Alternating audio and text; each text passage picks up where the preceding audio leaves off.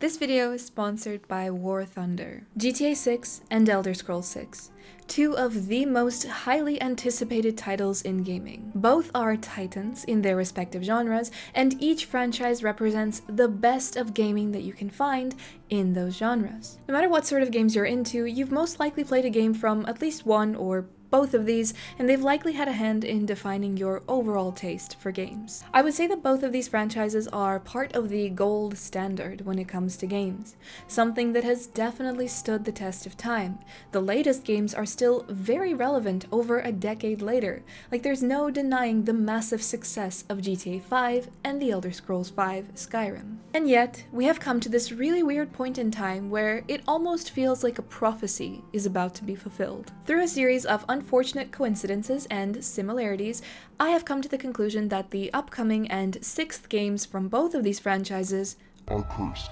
No, this isn't going to be a video where I relate this to the devil's number, 666, although that would be pretty funny. But I think that for that to work, there would probably need to be a third game franchise equal in scope to the Elder Scrolls and GTA that is also awaiting the release of a sixth game. Instead, I want to talk about how both of these games have gone from having their fans super excited and hyped for their releases to becoming elephants in the room.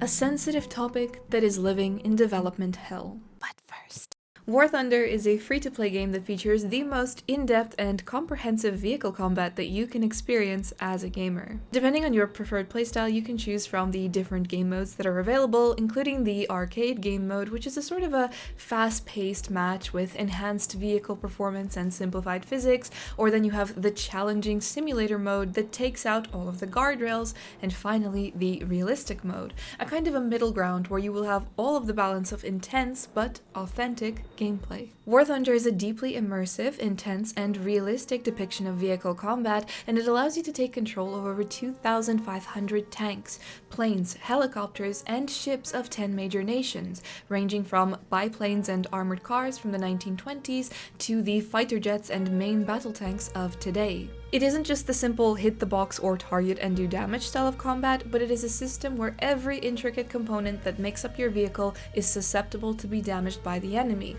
and so even the way you position and move yourself is crucial. What I personally like about it are the highly detailed customization options, so you'll have everything from camouflages to historical markings and various decor for all types of vehicles, including the community created ones. If you're a fan of military history, you can join a community of over 95 million players by following the link in my description and pinned comment.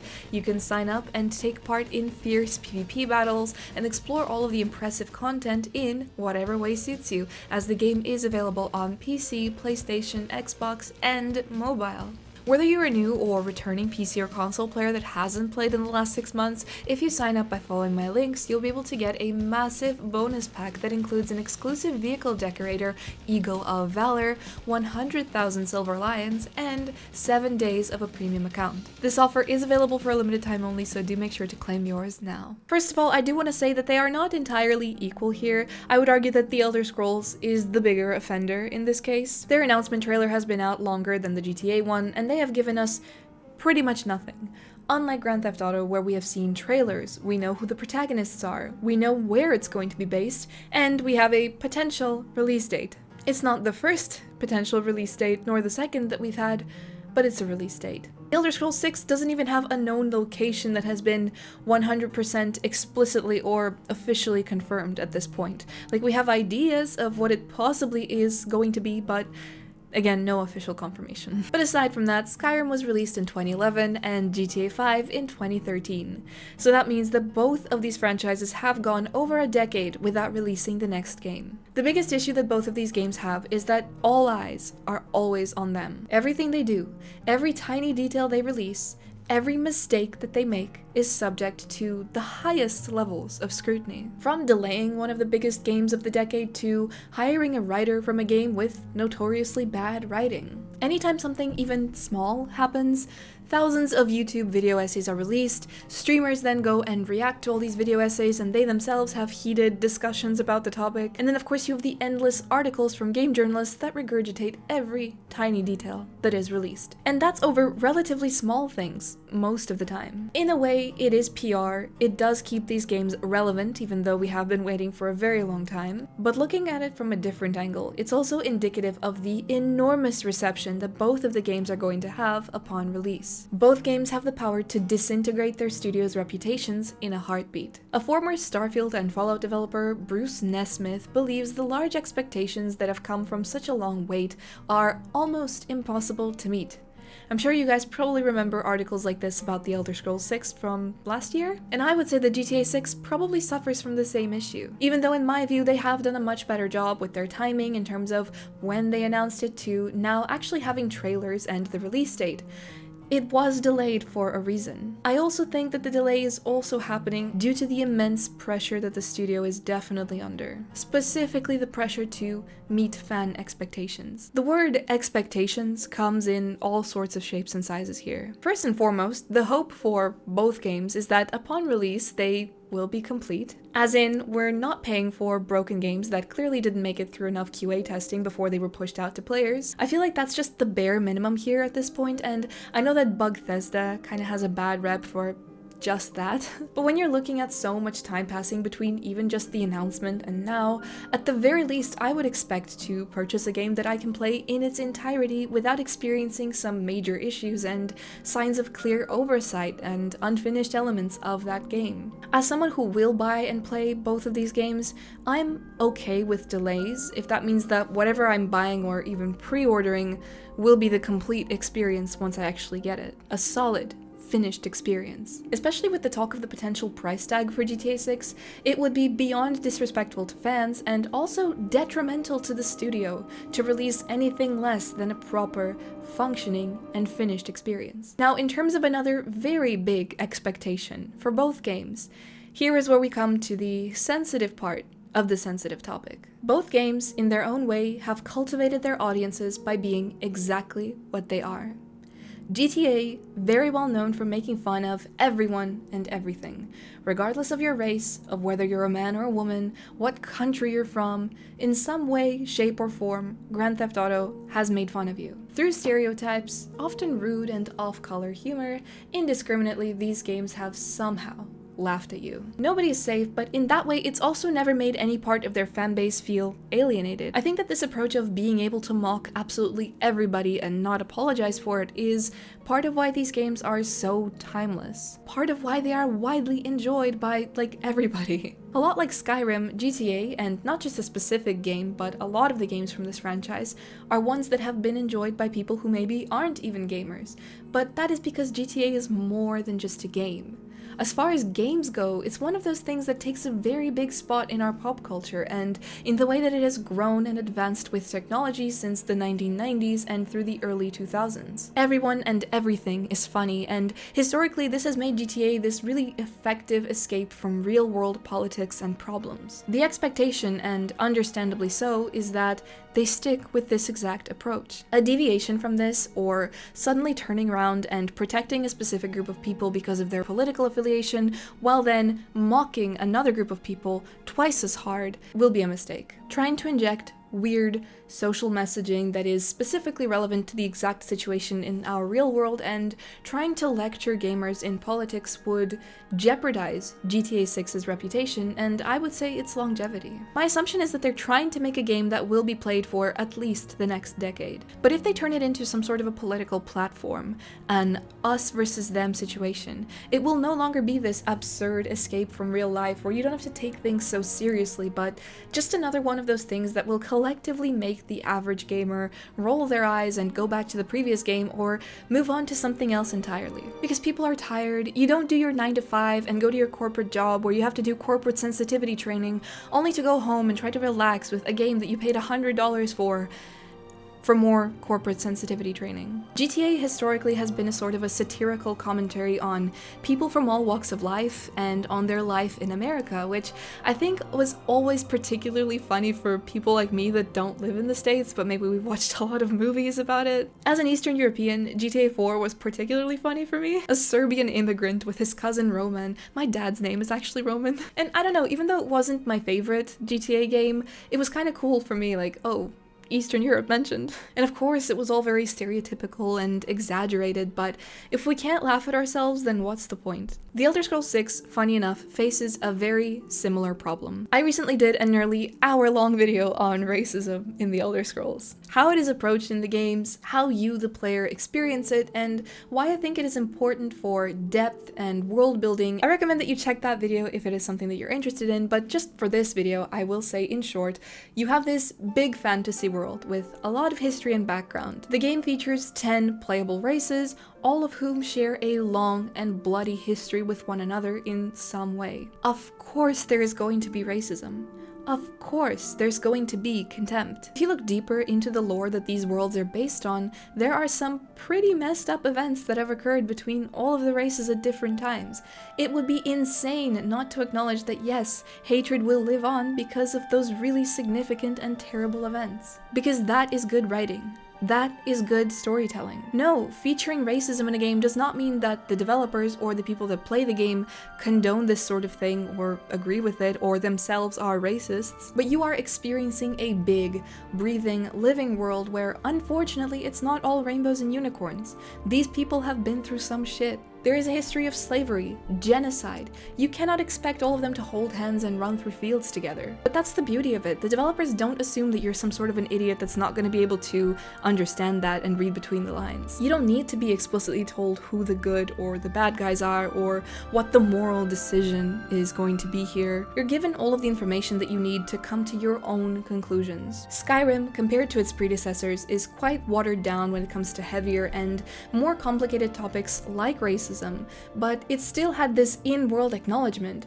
You as the player could still witness and experience it, and again, you weren't told what to think. My concern with the Elder Scrolls 6 is that they're going to be afraid to continue exploring racial tensions as a core part of this world. Whatever way you want to frame it, I think that it is so important to continue showing that it exists and how harsh it is because it is realistic. In terms of continuity, it is expected that some races may have worsened relations after the events of the Elder Scrolls V Skyrim, for a lot of things that occurred in the game. If they decide to, again, step away from this, stop acknowledging it, tone it down, or worse, lecture the player about what is right or wrong, then they will lose a lot of what makes the Elder Scrolls universe special. It is a gritty, unforgiving world, and if somebody suddenly starts holding your hand and patting you on the head and, again, trying to educate you on real-world topics related to this with weird social messaging, it's going to become another Dragon Age the Veilguard. And for an Elder Scrolls game that has been anticipated for over a decade,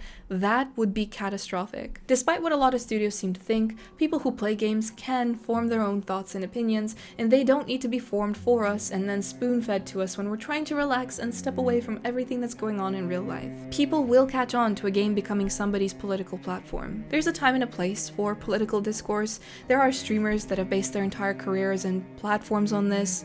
GTA 6 and the Elder Scrolls 6 are not this time or place. And I just know that if, worst case scenario, either game or both of them do go down this route, there's going to be a lot of discussion on it with a sort of a split down the middle where you'll have one side saying, we know what you're doing and we don't like it, and then the other side saying, you are a bad person for not liking it, because that's how it always goes. And I'm not saying that there cannot be extreme opinions on the side that says that they don't like it. And in a way you can say that this is a you're damned if you do and you're damned if you don't situation. And partially, of course, you cannot make everyone happy. But in my opinion, both games should just stick to what they do best, without forcing real-world issues into them, without switching up their energy all of a sudden, because it will be obvious what's happening. And it will suck. The cursed element for both of these games lies in the issue of these divisive modern standards that are applied to games to make them appeal to some elusive audience that probably doesn't even exist. It lies in the fact that I think both studios are somewhat afraid to be themselves or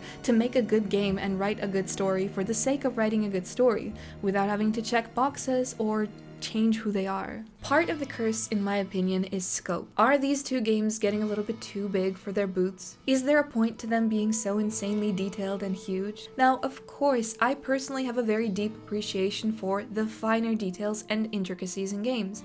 And if we look at Rockstar games, for example, Red Dead Redemption 2 was an insanely detailed game, from the big open world to the tiniest things like your horse sweating. That's great, and if you're somebody who knows about horses and you see it actually happening in the game, you'll be like, damn, that is insane. But is it entirely 100% necessary? Do these things actually matter to players, or are they just another way to put extra pressure on developers who are already stressed out to their core in trying to get these games to a playable state? We recently saw that the stripper poles in GTA 6 will have fingerprints on them. That's great, but does it matter? Is this just another one of those tiny nothing details that overcomplicate an already complicated development process? And on a macro level, they're saying that the map will be really big, and I'm sure that if we want to avoid another Starfield scenario, the really big map will need to be full of stuff. It cannot just be a load of empty, meaningless space for the sake of having space. The Elder Scrolls 6 will likely have a much larger map than that of Skyrim, which again, following the Starfield disaster with empty space, there is the expectation that the space will be justified and exploration of said space will be rewarded. How much are they going to put into it? Will they just cram stuff into it for the sake of cramming stuff into it? Scope is such a slippery thing because I feel like sometimes over-ambitious developers can kill their games because of how much they initially want to put into them. Beyond Good and Evil 2 is a great example of that. Now, even though they are reportedly still hiring for the game and working on it, I have lost all hope. It was initially announced in 2008, but they didn't go with that project because the technology to do whatever the developer actually wanted to do wasn't there yet. They wanted a massive universe with planet exploration, which they did later reveal in 2017 as a totally different game, and guess what? Almost a decade on, still no Beyond Good and Evil 2. Had they just gone with another simple, linear game, a sequel which was much needed after the ending of the first game, I'm sure they would have come out with a great game because I actually had a lot of trust in their ideas and the kind of world that they were building. Not everything needs to be a massive open universe adventure. Now that said, the Elder Scrolls and GTA games were always open world, so you do expect a big world, of course, but I'd rather it not be massive and overly detailed in areas where you probably won't even notice it. Maybe it's more limited, but the stuff that is actually there has meaning and it is a joy to experience. Just because we have the technological capabilities to make everything huge right now, I don't think it has to be done all of the time. We have passed 2 generations of consoles since the last games in both franchises were released. The insane amount of stuff that has happened since, an insane amount of technological advances that allow developers to take their games to the next level, and I fear that development cycles that last this long are hindered by the fact that perhaps when they started, they used a more outdated technology for something that can now be done differently and maybe even a lot easier and better. Imagine how much stuff needs to be reworked, not even from just the technology standpoint, but the content too. I think that a lot of companies really shot themselves in the foot by going down that Dragon Age the Veilguard route of writing, but it is clear that gamers, people who actually buy and play games, not IGN reviewers, not angry Twitter people, but actual gamers, don't want that. And GTA in particular may have a tough time here, especially if they did perhaps lean that way during development. This is why delays are happening, and this is why you are told to curb your expectations. If I'm honest, between the two, I actually feel a lot more optimistic for GTA 6. I just feel like The Elder Scrolls is a lot more prone to fall into the trap that I just mentioned in this video. That and the bugs too, probably. But also because so far, Rockstar Games have given us a lot more to work with and hope for. Something really funny could happen where they could both be terrible, but I don't want to think that. I don't want to go into this with this negative attitude that the games will be slop and they will be terrible. I will stick to my whole low expectations thing without condemning it either. There's 100% a lot of really talented people working on making something special, even if it doesn't entirely depend on them. All we can do is wait. But that about covers it for this video, and if you enjoyed it, please be sure to leave a like and subscribe. I really appreciate it. Another big thanks to War Thunder for sponsoring this video. Make sure to check it out. Again, it is free to play on Xbox, PlayStation, PC, and mobile, and new players or old PC or console players who haven't played in the last 6 months can register by following my links in the description and pinned comment to get the free massive bonus pack with in-game currency and some other goodies, which again is only available for a limited time, so make sure to get yours now. As always, huge shout out to my channel members, thank you guys so much, and I'll see you all in the next video. Be seeing you, bye!